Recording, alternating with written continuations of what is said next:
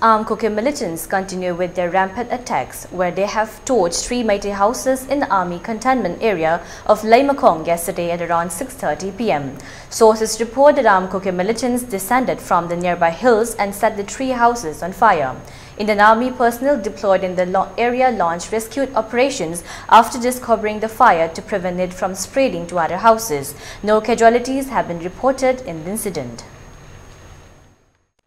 Hojikse akhoi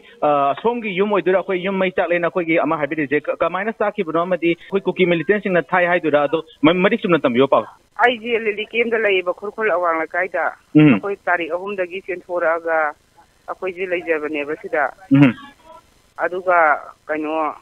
yum changba yadi na sibai na jo akhoi gi lei hauri ba posai jing du amata la phukti ba aduga ngasi je ikhang khang audana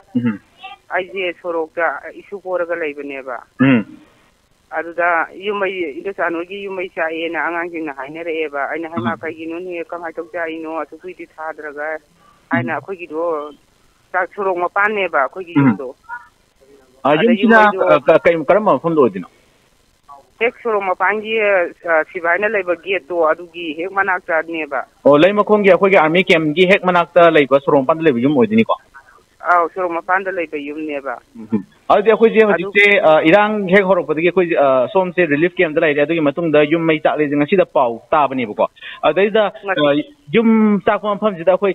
tang bagi khudong cha badi leitre aduna yum je kayamu yamna chak ke habdi khangbi bra yum je mina haibada di yum ahum neba igi to amana taksang ne adigi maningonda imong nupina laina na baina yum amaga chaieba aduga somna kanda ama yum ahum do yum ani madi loisa khare amadu haurake tawada maina khara kal haure mati khaitang lai hawe na haibil pawam di taye ba ina di uru tare aduga hojikse yum mai se jak lena so haibire aduga yum se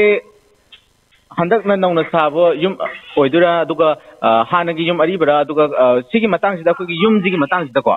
keno na ko yum mai thare me je ko militants sing ni chingna bra di kana kana ching ni phongdo piyune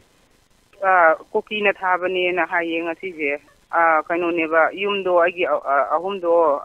ariba yum neba thaina gi yum neba aduga hoji aina anauba amaju sagalaga thamambane ba adudi forest hauraga thamjarambane adu su loina thugai bire na haye ba adudi akhoi gi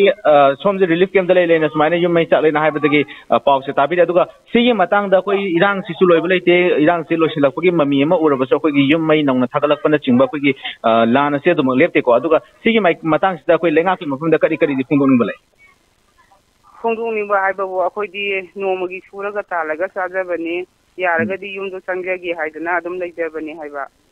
aduga akhoi di yamna samna nomagi talaga suraga adum kano tawga sajabani mi dauna leibe sunati adu sumana tawro ko te ay am nungai te ba angang jin adi ima ka sakselo ko tilo na hayo ba kai na han he honga padagi ngasi hawda adi nara na so dum leiba loina tang kaya dagi na koi relief camp da leibe rak ni se tang ahum dagi tang ahum dagi relief camp da leirak pan irang ho bono mitagi ne ho leire ise aduga yum chin ngasi nauna mu mai chak pane ba ado hana ti akoi gi irang ho bono misida som gi yum kai amadi akoi bada leiba yum mai chak ke bagi phibang gadi leiba leiye tang kuma panjida ne tang kuma panjida akoi posai do yaraga di khara khon to ge na akoi na sum khanari ngai jida yum je mai sarga no mai kapsel la e no mai kapsel la aga aigi thanga leiba adagi mayam leiba do khara yengjaba sangjagi habadu su sibana sangbadu pi dieba adai nganu mayam amasu kano amata ai sangba yadrabani na adagi khunuju mayam lei hui ju lei karamai tawronga dano habadu adu amata leitre di lepali singna hayeba lepali singla leminayeba koki thaga sire aduga ngasai aina hongbodo wa chauba kogi songi ming amadi lepam pha tang habiramu ba